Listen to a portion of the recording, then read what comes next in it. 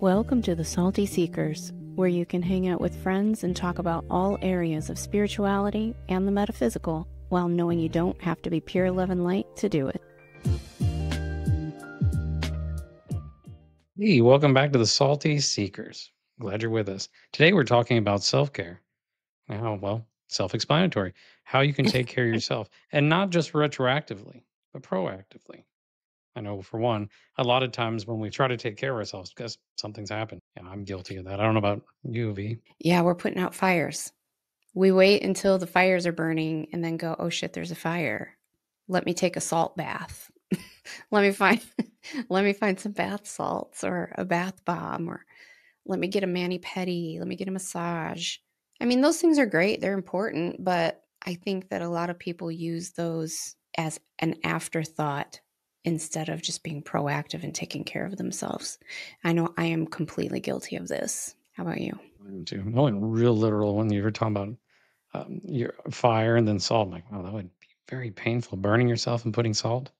My brain just went real literal, but yeah, a lot of times I don't start to take care of myself until after whatever's happened has happened, whether it's 3D world, whether it's, physical, whether it's spiritual. You don't treat something until you get bit, but did you do anything to prevent it? Did you do anything to Right. mitigate? Yeah, I'm bad about that. I really am. I'm better than I used to be, I have to say, but yeah, I'm still bad at it. One way that I know I've been out of control is because I'll see the unhealthy coping mechanisms that I have, like comfort eating or overspending or staying up too late and binging TV, things like that. And those are red flags to me that I wasn't proactive. I wasn't taking care of myself and I let myself get stressed out, burned out, something. And now I'm trying to self soothe by doing all these unhealthy things. Whereas if I had healthy coping mechanisms or had put a little bit of foresight into the situation, I would have been able to, preemptively strike, head off some of these fires that burn. I get that. I definitely have some of those coping mechanisms. I catch myself binging candy bags because I'm sitting there stressed about this or that, or Yeah. whatever your crutch is, whatever your flavor of stress binging. It could be we call it doom scrolling on your phone, or Woof. for me, it's snacks. I love my snackies, whatever it is. And I know that's not healthy, and I got to find better ways. Yeah. Especially during the spring and summer. I really do like going outside and working in the yard, the garden, but this time of year, it's like not much to do. Too cold, It's so too hard. much snow, whatever it is.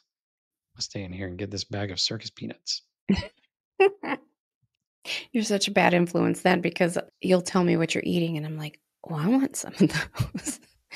Yeah, I know. Me too. Whereas I know that I don't handle work stress or life stress as well if I haven't been sleeping well and going to bed at a normal bedtime, or if I haven't been meditating regularly. I don't have the threshold I normally would have for the frustrations that come with those things. So I end up having to comfort myself or do some self-care.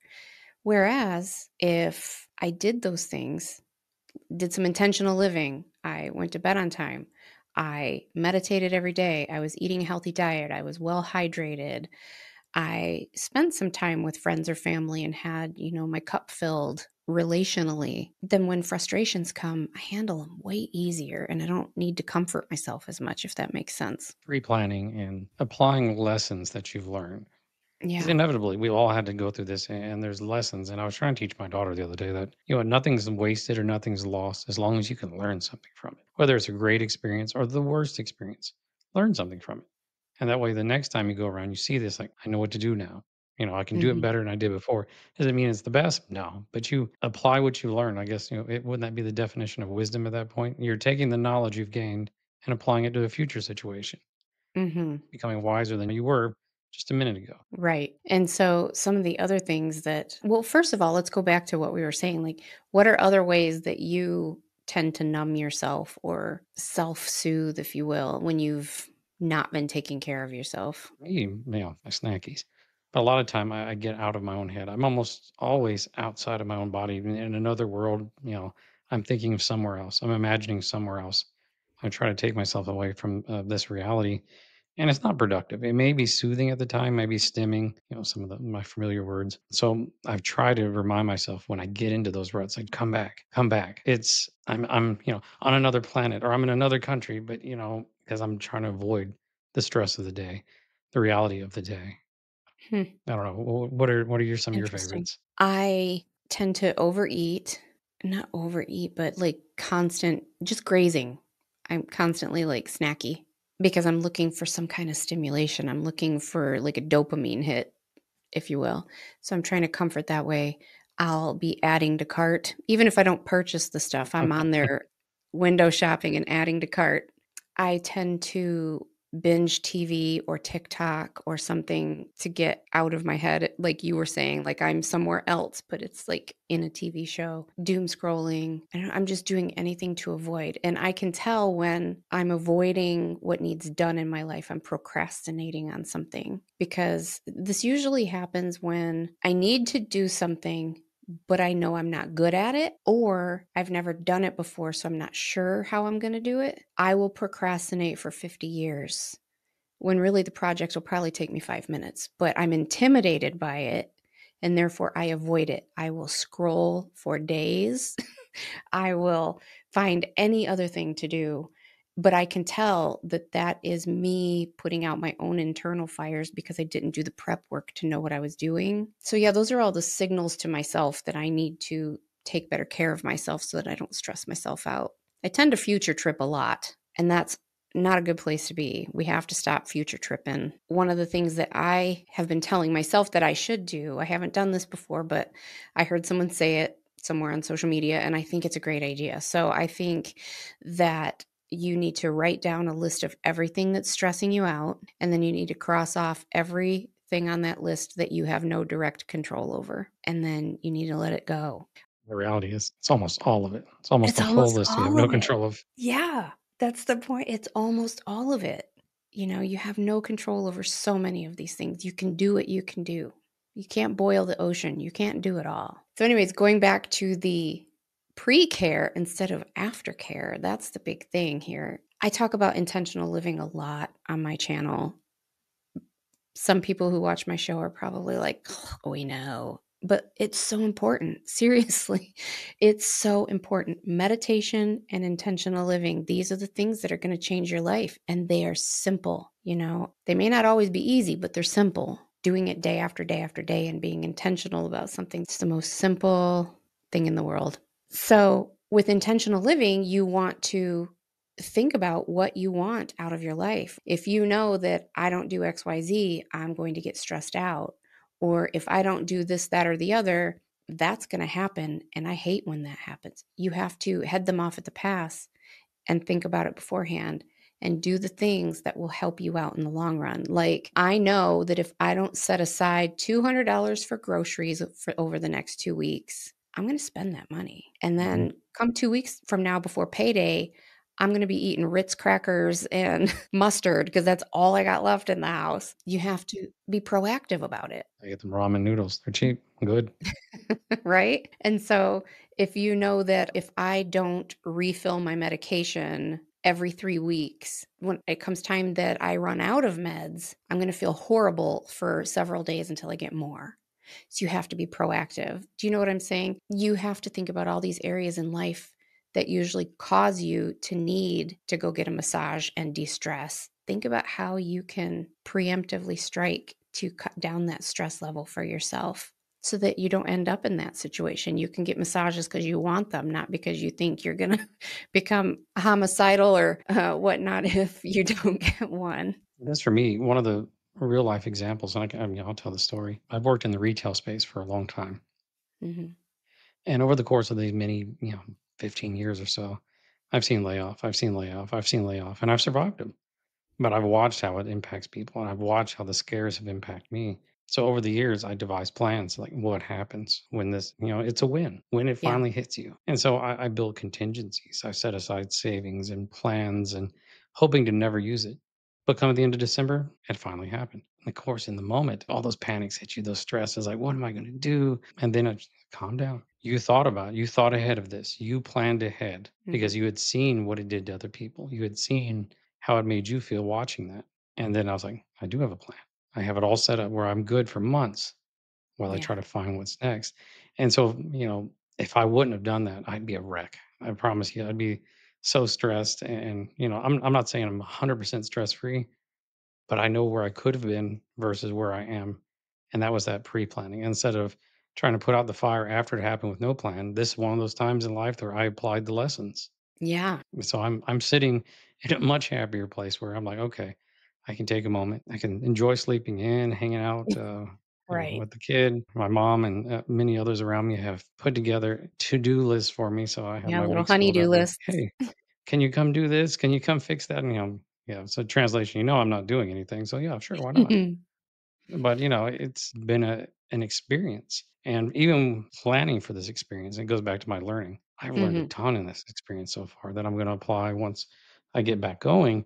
Okay, so let me redo this, let me redo that so that I can do this better. This worked well, and learn from it. One of the things I'm jokingly said, what I didn't plan for prior, but I'm gonna plan for in case it ever happens again, I'm gonna try to break off a certain amount of money and put it into almost a perpetual CD and just leave it there where it's constantly growing. So if this ever happens again, knowing that when it does happen, it's gonna take a month, it's gonna take 2 months, however long it takes. I crack that out. I'm like, okay, so this one week I'm gonna take this money and I'm gonna take a vacation. There you go. I'm gonna seriously de-stress. Like your massages have it set up. I was like, all right, just got laid off. What are you gonna do? I'm Yeah. gonna go to Ireland. Right, exactly. This was a great example because it shows how if you do the pre-care and not just the aftercare, how that kinda saved your bacon, you know what I mean? It really helped you. But also it goes to the future tripping part, like, you had the option to stress yourself out all this time about, like, "Am I getting laid off? Am I getting laid off?" Well, you realize that that's probably an inevitability in that line of work, and I have no control over it. I can't control if I get laid off. So, like, cross that off the list. What can I control? Let me work on those things. And you did. And because you did, when it unfortunately happened, and is it unfortunately? Because I don't think that there are any accidents. I Yeah, was wildly burnt out at the end for because of some sure. of the things that spiraled out of control. And I can tell you as a Mhm, person in that sphere that this was way easier. Me getting laid off was way easier than in past years where I was in a position to have to choose those people and then have to deliver that message. That mm, hurt. I know it hurt them more than me. I was like, "Oh, the mhm, spanking's gonna hurt you or hurt me." But no, it definitely hurt them more. But it tore me up knowing that I had that knowledge and I couldn't tell mhm. them, and then delivering it and having to stew on that for days. That sucked. I really did. Yeah. And on top of that, Jamie Butler at your reading over a year ago had told you that it would be happening. Something like this would be happening. You weren't sure, am I going to quit and find a new opportunity? Am I going to get fired? How is this going to happen? How is it going to play out? And you've kind of had your eyes scanning the horizon for the last year, trying to wonder, like, That was the whole ambiguity of that is when is it gonna happen? Because there's no date on it. It's just, yeah. in this time zone, but in not a year. I remember asking like a month prior, I was, asked the guys like, "Hey, will I be at this company for the next peak season?" I immediately got a no. So that doesn't tell me, do I leave on my own will? Do I get kicked out? Does something else come up? That just says no. Because, be specific in what you ask. And I just Yeah. asked if I'd be there. Didn't ask any other details because I'm like, hey, surprises, why not? It's kinda like with my channeling. She agrees that my path is to include channeling, and it's like, "When? How is this gonna happen?" I think once it happens the first time, it won't stress me out as much. But that goes Um, back to that future tripping thing too, like, on my list of things that could stress me out, when will I trans channel for the first time? I have no control over that, so I have to cross it off the list. I can't spend my time worrying about it. I can do the things I can do, like meditate every day, set my intentions with my guides. I have like a little set of rules that if and when it happens that I would like them to follow. Things like that that I have control of, but like the rest of it is just when will it happen? How will it happen? I don't know. I don't know. Just have to kind of ride the ride. But I know that I have to do things now so that when it happens, it goes smoother, just like you setting aside an emergency fund. So, what other things could you be more proactive, or are you already proactive about that keeps you from getting stressed out? First thing that jumps to mind is we got to be careful because in doing this, like I looked ahead at what could bother me, but I Mhm. also know my personality, and I'm sure there's others out there are going to be like me, like you might take this too far. So, there's some things you can control. So I guess what's in your sphere of control? And at its base for me is really the only thing you can control is how you react internally. After that, it's really subject to a lot of other decisions. But for me, I would sit down and look at what do I think could stress me? What do I think could cause me a problem? And then, like, how do I mitigate these things? It basically is, you're using corporate speak, it's risk assessment. You're looking at things that can bother you, whether it's layoffs, whether it's medical issues, whether it's, darn it, my tire's flat again. Okay, so your tire. So you have problems with your tire. You're not good at changing those tires. How do you mitigate that? Well, they make the wrenches you can plug into your outlet there and jack it up yourself, but maybe you're still not that strong. Okay, get AAA. See, there's different layers to this. And I'm just Mhm. using this as a real world example. Right. Start applying it outwards. So how do you That's exactly it, though. That's exactly what I'm talking about. Afterward, you'd be like, oh my God, I had the worst day. My tire went bad again. I had to get somebody to help me. I had to call. I was so stressed out. Well, you could have just taken a few simple steps to be proactive about it in order to not have yourself in that situation. Yeah, there's a lot of areas where I have to do this because I was always in a relationship. I always had a partner. I always had a man there to have my back and be like, I'll start your car in the winter. I'll clean the snow off of it. You get a flat tire, I come rescue you. Well, I've been single for a while now. That's just not a thing. I'm on my own, and which is okay. But there are things that I have to start thinking about that I never had to think about before. And then I always thought, well, I have 4 kids. I am always going to have either a son or a son-in-law around to do things. No, I don't.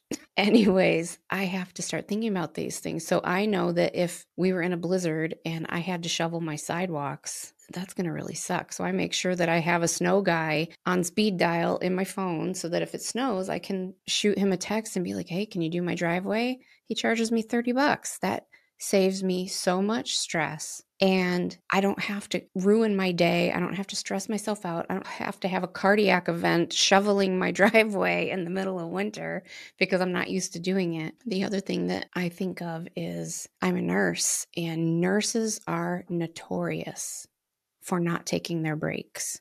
They are martyrs to the profession, and they'll go 12 and a half hours and be like, I haven't gone to the bathroom. I haven't had my lunch. I'm so tired. I'm so dehydrated. I made a decision many, many years ago that, like, not me, not anymore. Mhm. If you drop dead on the job, they would post your job the next day to rehire Yes, someone you're else. you're just a number. Yes. Yeah, you're just a number. So I'm not missing my breaks, not one of them, and not 1 minute of them. I'm not staying a minute later than I have to. I'm not coming in a minute earlier than I have to. Can you come in and pick up this extra shift? No, I cannot. But still, even in my job working from home, making calls, people are like, my God, there's so much to do. I stayed 2 hours extra last night. I'm like, psh, I left at 5:00. I am not staying a minute later. Because if so, it burns you out. You end up physically ill. You end up needing to de-stress and take a bubble bath every night or get a massage with a glass of wine because you just can't handle the stress. You're so burnt out. You're so tired. You have nothing left in your cup to pour out onto your family. It's a nightmare. So in order to prevent those things proactively, I need to know that if I say yes to these things, if I allow myself to skip my breaks, things like that, that's going to have a detrimental effect on me, and I'm going to be putting out the fires and cleaning up the mess later in my personal life, and I'm not doing it. So got to think about those things ahead of time. I would take the sidewalk example and dive into it a little more. Not saying the sidewalk, but using it as an example. Like, okay, so you work from home and you seem to be stressed by the sidewalk shoveling, but then so you dive into that and use it as an example for the metaphor almost. Hmm. Why does it bother you? Do you absolutely need it, or can it wait till it melts? I mean, you dig into each one of those things that seems to be stressing a person out. Like, why Right. does this What can you bother me? let go? What can you let go? Is it necessary? Do you really need it done, or are you just keeping up with the neighbors because they had their shovel? At the Right. end of the day, you could use that $30 for something else, like, tacos. It's important stuff. Import priorities. Yeah, I think Absolutely. so. Yeah. With me, the way my brain works is I think you do order a lot of Amazon and It can be DoorDash. used for Amazon. Exactly. And and if your sidewalks aren't shoveled and they're icy, Mm. someone could get hurt on your property and sue you, and then, like, then where are you gonna be? So Well, I'm like, there you go. it's easier to shovel, And you thought of it, and it's legit. But not all the things we stress about but are gonna be legit because no. you can look at 'em and be like, "I'm wasting my time with that because there was 0 I could Yeah. do with it." There are a lot of other areas that I used to keep up with the Joneses, like decorating for every holiday when my kids were little. I decorated for Valentine's Day and for 4th of July and for St. Patrick's Day. The house would be decorated with cute little things. Not anymore. I mean, I do Christmas. I might do a little something here or there for fall or something, but like I gave all the rest of my decorations away to my kids, for my grandkids and stuff, because I'm like, all that did was stress me out and burn me out. And for what? Like, does it matter to me? No. It may have at one time, but it doesn't anymore. So I don't care enough about it to follow through with it anymore because it no longer carries the same currency in my life. It doesn't give me anything anymore. It just stresses me out. And so I'd rather not. And like at Christmas, I used to decorate every bathroom, every floor of the house, every area of the house was decked out for Christmas. And now I'm like, you're lucky if I get a tree up. Like, Yeah, I I really do the don't living give room. that much of a shit. Yeah. You know, I'd have cute decorations in the front yard. Like, I went all out because it meant something to me, and I got the payoff from my kids and stuff, and now I'm just like, the older I get, the less that matters, and so I've chosen to let things go so that they don't stress me out. I used to be that way with Halloween when I lived in a neighborhood that had trick-or-treaters. I would go all out. The house inside was decorated, but I had the fake graveyard, the animatronics, the smoke machines, and the kids knew in that neighborhood I was gonna try to scare them, and they would I come hate because of that. that. But at the same time, they also knew that when they come to my house, I would try to scare them, but as much as my hand could grab, that's what's going in the bucket. Like, it's fair trade. I'm gonna try to scare you, but I'm gonna try to give you every bit of candy I have. So, yeah, That's I'd always have awesome. kids coming. You would see the parents lined up on the street laughing at their kid. The only one I ever felt bad about, I didn't see her coming. She had to be Uh-huh. about 3, and she's coming from an opposite direction. I was coming back to the Oh. window, and a little fairy princess had her bucket wand and little, wings, and she hit one of the, like, little hidden traps that you step on that's Mhm. triggered, and this giant spider comes out, and I just saw little wings Aw, running across the yard. I'm like, "Oh my god," and her parents were dying laughing. I came out, I'm you like, scared the "Yeah, baby. that wasn't meant for her," but I gave her a ton of candy. Oh, that's so But yeah, sad. I used to love doing that. When we moved, out here into the country where, I have my chickens now, we definitely don't get any trick or treaters. Nobody knocks. So that would be very peculiar on Halloween if someone knocked. The 100 yards that way, there's a grave, like a It cemetery, might so be practicing your clairaudience. Maybe your ghosties are gonna knock for you. they do that sometimes, yeah, and get knocks on the walls, but that's a different video. That's a whole other video. Well, you know, one of the things, speaking of things I used to do when my kids were still here versus now, I still do it because I learned that it saves me so much stress if I am proactive with this, is buying gifts. I Mhm. usually start Christmas shopping by September. August, Yeah. Yeah, and that's late why this summer. layoff didn't bother me, because I already Yeah. had all my stuff bought. And honestly, I do it all year long because I kind of take mental notes on people and what they like and things they're into. Or if they mention, like, oh my God, I'd love to have that. I have a note in my phone of things to buy other people for Christmas. And I have a running list for people. And I have a wish list on Amazon all through the year. If I'm out and I see something that I know so and so would like I pick it up and I stick it in the closet. So, yeah, being proactive with that. It's easier to spend $20 here and there throughout the year Mhm. than to spend 1,000 Yeah. in 2 weeks, you know? I love starting in August. My favorite reason for that is, if I get most of it in August and September, come December 25th, I'm just as excited as you are because I promise I don't remember what's in there. I'm just like, "Hey, what did you get? Oh This my is God, cool." you and me both. Oh my God. Sometimes I open that gift closet and I'm just like, oh my God, I forgot I bought this. It's That's like, "Oh, that's awesome. Yeah. awesome." Oh my God, we're so alike. That doesn't surprise Um, me a bit. That's that's my so favorite funny. part of it is like, I have no idea what I got you. This is cool. Exactly. Or, you know, sometimes I'm so surprised by the thing and I'm like, oh my God, I forgot I bought this. This is really nice. I think I'll keep this. I don't do that. I've gotten really, really bad at, especially with people who I know have the same taste as me, like my friend Kathy. Anything she gets, I get. If I'm thinking Christmas and birthdays and stuff, I'm just like, she would love this book. Let's get two. And then I keep one so that she could still get her gift. But yeah, usually anything.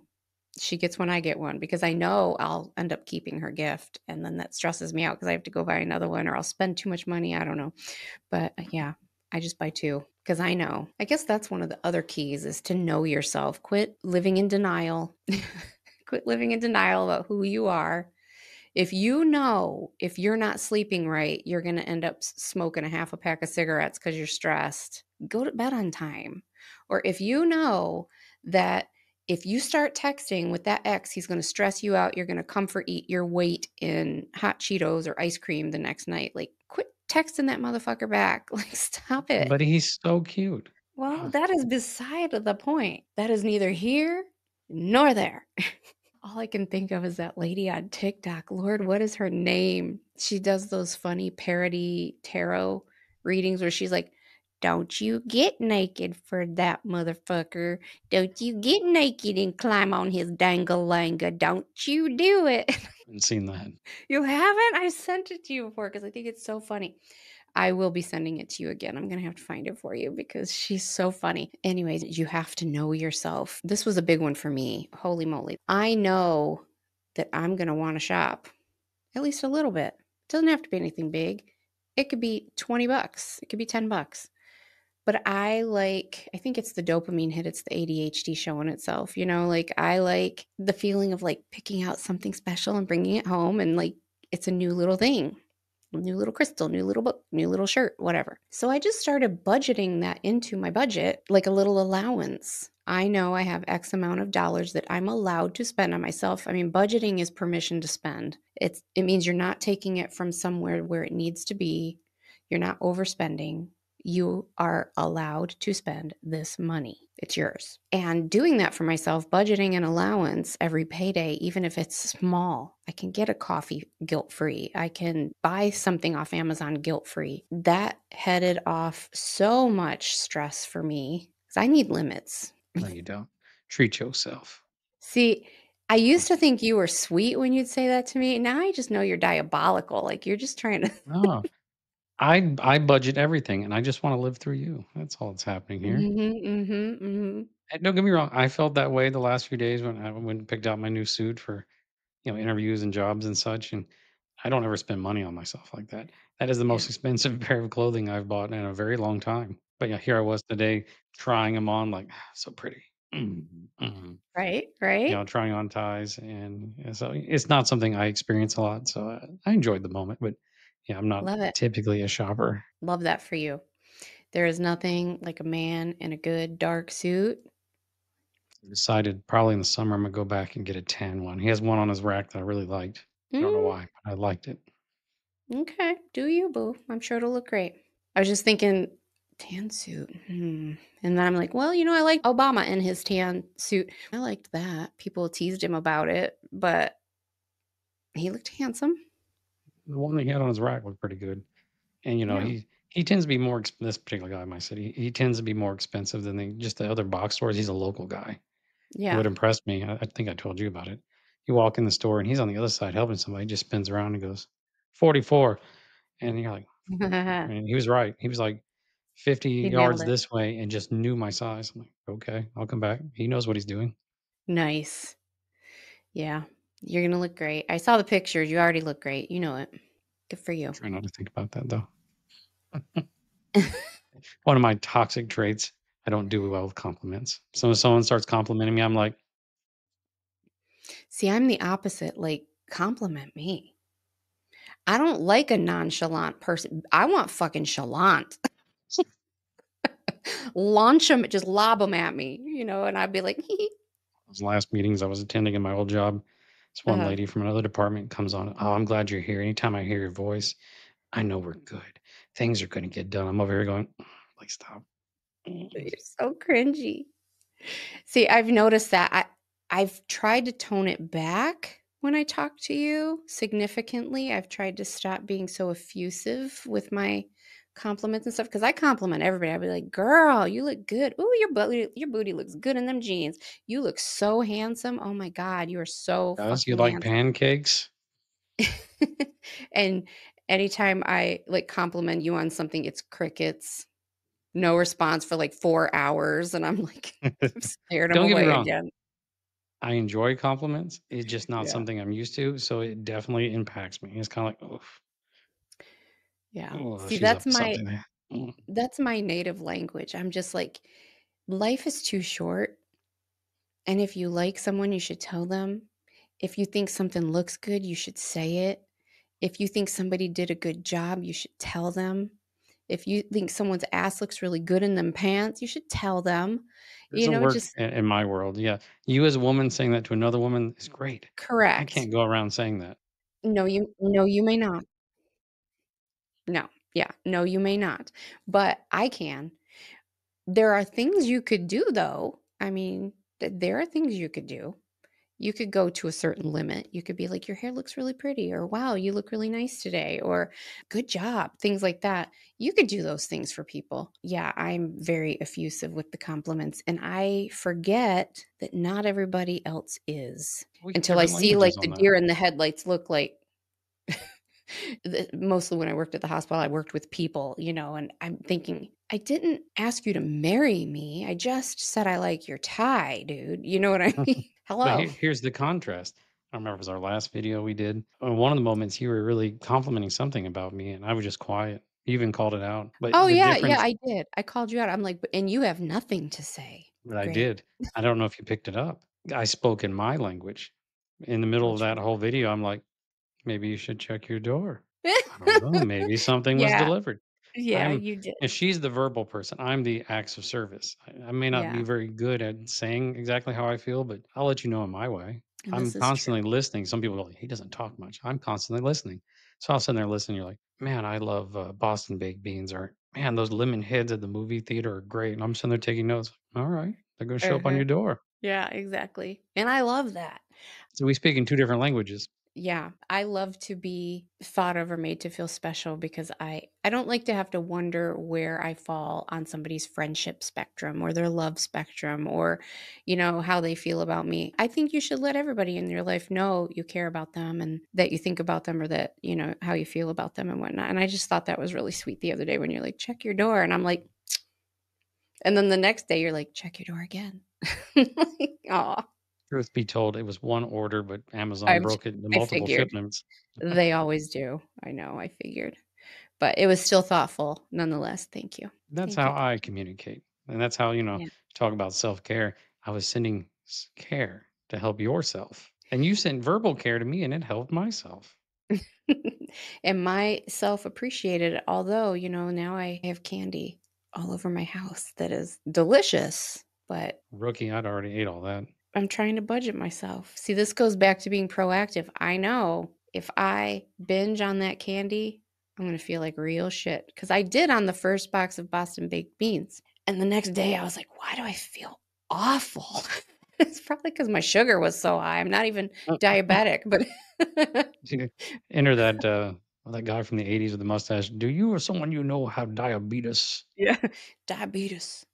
Wilford Bramley, was that his name? Mhm. So now I also put them in the cupboard where I can't see them, out of sight, out of mind. But like this morning, I had to refill the coffee and I opened it and there were those orange slices in there. And I was like, oh, candy. So I reached in and got a big handful and ate them before breakfast. Yeah, I don't have self control around things that I like very much, but I know to budget them though. Just dish out a little bit at a time or I'm going to regret it in the end. So I'm being proactive with my self care. So it all comes down to figure out what bothers you and see how you can mitigate that. Yeah. Like running out of candy would be terrible. Only 2 slices a day, and now that box lasts for a week or 2. You know what stresses you out the most? Is it getting up Monday morning to go to school or to go to work or take the kids to school and knowing your gas tank is on empty and you're going to have to stop at 7 in the morning in your pajamas when it's cold? Oh, yeah. It would be easier to just get gas Friday afternoon before you come home. You know what I'm saying? Like, or on the weekend when you have time, be proactive. What are the things that stress you out the most? And then put a plan in place to care for yourself ahead of time versus being reactive afterwards. Create a life for yourself that doesn't stress you out. Create a life for yourself that doesn't stress you out. That's the big thing at the end of the day. Even if you have stuff that stresses you out, take a breath, step back. Sometimes, or I'm not sometimes, all the time, you can't really control most of it. I was looking at my notes here. I forgot I even had notes and I just took a look at them and I had written down when you notice yourself using coping mechanisms or self-comforting such as overeating, overspending, avoiding, drinking, numbing, etc. This is a sign that you have violated your own boundaries. You've overdone it in some area or have allowed someone else to violate or encroach on you somehow. So, boundaries with yourself, with others, and being proactive in the things that you do, making intentional choices. I think that pretty much sums it up, don't you? Setting boundaries on your food, your budget, All of it. people. People's a big one. Like some of the things that stress me out aren't events, they're family members. And Yes. it's like, okay, you've had your time with me this week. I will see you next week. Bye bye. Or I can give you 1 hour. I can't give you nine. I can give you 1 hour. But if you keep talking like that, it'll cut down to 30 minutes. Right. Or who else is going to be there? If this person's going to be, I'm just not Um, going. I'm not doing that to be mean. I'm actually doing that to be kind to myself and everyone else because there will be an argument, there will be tension, and like it's not. I'm not doing that to myself. I'll stay home. Just saying no. No is a full and complete sentence. Can you help me with this? No, I really can't. Not this weekend. I cannot. Well, why not? No means no. I don't need to justify my decisions, my boundaries, my needs to anybody. I'm not able to, period. every now and again, I'm capable of that. Especially there's a few restaurants near me that I really love. And I'm proud when I can tell myself no. And they're like, why don't you want to go? You love that place. It's like, I know I don't have control and I'm going to be very miserable when we leave. I'd rather not be.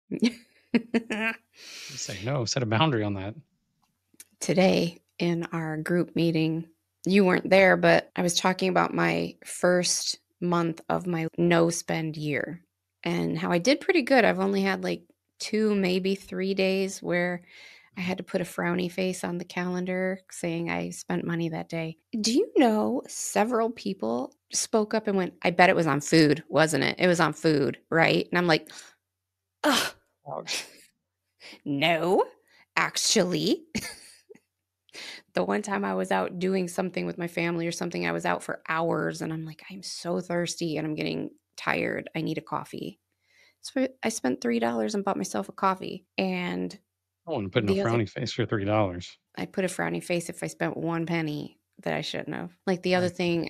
thing, I had gotten an Amazon gift card for my birthday, and the thing that I bought was like $7 more than the card. And so I picked up the balance. I got a frowny face. But I was just like, all those people were like, I bet it was food. I'm like, ah. It was a valid point, but like I've totally set boundaries with myself around the food. I'm allowed to order DoorDash every Friday evening after work as a reward, or I can save that and use it sometime over the weekend. Or you can save the money and go get it yourself and get 3 times as much food. DoorDash is expensive. Well, these are the things like talking about being proactive so you don't stress yourself out. Going out there and cleaning off my car, going out in the cold, driving and waiting in line to pick up the food. Like, no, I would need every bubble bath and massage after that because like I would come home a salty, cranky bitch. I'm not kidding. I would be so hateful and it would just ruin the experience. I would rather spend the money and have it delivered and have a good evening. Know thyself, right? It goes back to know No, thyself. no, I get it. I do that too. But I have joined you on this no spend year, whether I liked it or not. So here Oh, we I are. was like, "You have?" But yeah, you I kinda had have. to. Yeah, kind of had to. Yeah, I was like, ooh, but you were already lined up for a new job. I mean, it didn't last long, so I don't think your no-spend year is going to probably last that long. What do you think? no, it might. I was talking about this yesterday. I was like, I've learned a lot about my own spending prior. I'm always someone who lives under your budget. And I realized I could live way more under my budget because I love saving money, not necessarily for the layoff purpose, but I constantly save for vacations. I'm Mhm. constantly accused of being cheap. But the reality is, I put all this money away. So when it's time to go on vacation, I'm like, all right, we're on vacation. Yeah. We're going to spend like the last vacation. Let's get us a house right near the beach with our own pool. I'm going to Mhm. charter a boat and we're going to go out, 10, 12 hours deep sea fishing. None of this is cheap. But because I save money year round, I pay for it in cash. I'm not one Right. of those that's going to charge it and be paying on this vacation for the next 3 years. And I've learned a Yeah. lot, in this process, like, oh, I could have been saving way more money. Yeah. I like that idea. I think that the no spend years when I do them, the no or low spend years are good for me because I tend to be such a creature of habit that even when it's an unhealthy habit, I'm used to doing it. It gives me comfort. Therefore, I keep doing it. whether it's eating a certain food, drinking a certain drink, getting in the habit of like, well, I mean, it's the weekend. I sit and scroll the shops and I buy what I want. I sit and go through Etsy and anything I find cute, I want to buy it. It's like a pattern interrupt for me because like I don't need all this stuff. And it doesn't even feel good half the time to get it anymore. It's a habit. And it's just like when I had my gastric sleeve surgery several years ago. I always thought that I would have the worst time ever cutting the carbs. You're supposed to live a very low carb diet after that. And like I have such a sweet tooth, and I thought that was going to be my downfall. It wasn't. Really, the first 3 days, maybe I was craving a little something. The second 3 days was a little less. By day 7, it was out of my system and I didn't even look back. I didn't want it. It didn't even sound good. I never craved anything. And I think it's the same with this bad habit of overspending money. It's like when you have a dessert. I don't remember how many bites they said, but it's only the first few bites that you really taste. It satisfies the need. And after that, you don't even really taste it anymore. It's just habit that you're finishing it. And it's the same with the spending money. Like, I need something to interrupt the pattern so I could break the habit so that I could save more money and stop needless spending because it doesn't even really bring me joy. It actually stresses me out more. So, yeah, I like your idea of spending less where you can, cutting the consumerism so much, and saving for either larger purchases or larger experiences. Experiences. That's what I'm after is experiences. Hmm. I'm trying to invest in memories. Yeah, I like that. You still have a little one, though. With me, I'm just like, Oh, invest in your own memories. Like, yeah, I wanna go I'm one of those, nerds. I will let's go see some national parks. Let's go see some amazing things in nature. Let's go I see like that when I'm with beautiful. someone. Mhm. I Yeah, always try to find a companion to go with because I love sharing the experience. Go see some old cities, old architecture, whatever it is, whatever you yeah, fancy. Put that right. money aside, low cost spending, take care of yourself, and then reward yourself later on with that memory, that experience. Long after I'm gone, I want my daughter to look, like, I remember that time daddy took me Hmm. wherever it was. And those are the Yeah. memories she's recalling. Yeah, I regret that when my kids were little, I couldn't do a whole lot. So I'm glad you Mm. are because that was always This my is goal. I wanted to travel with them. I didn't want to teach them about XYZ. I wanted them to go see it. And I never got to do that. It's the So, pros and cons. I waited so long that I was and am in a position where we can do that. I don't have the energy of a 20-year-old anymore, so running around the right. yard and constantly playing tag is not something I'm going to do all day long. If I'd had her early on, man, we'd had all sorts of tag and we could have all them Hmm. games, but we weren't going to Disney or we weren't going to some of those places. At that age, I was making army money, and I promise we weren't affording anything. Yeah. So pros and cons. Pros and cons. But you do what you can do where you are. And I think you're doing great. So keep making intentional decisions, keep being proactive, and I will too. Let us know in the comments if you guys have any feedback. What do you do to head off your stress at the pass? Like, what areas of your life, I should say, stress you out, and therefore you've put a plan in place to be proactive about it so that you can be proactive and not reactive. You don't have so many fires to put out that stress you out. Let us know. And if you haven't, you can check the show notes, check the description box, and you can email us. You can send us a text. You can give us a call, give us feedback on the show. Let us know your thoughts. Give us show ideas, topics that you would like to hear. We would love to hear from you. And as usual, take care of yourself and keep your heart open. You are very, very loved out there. Love We you. will see you next time.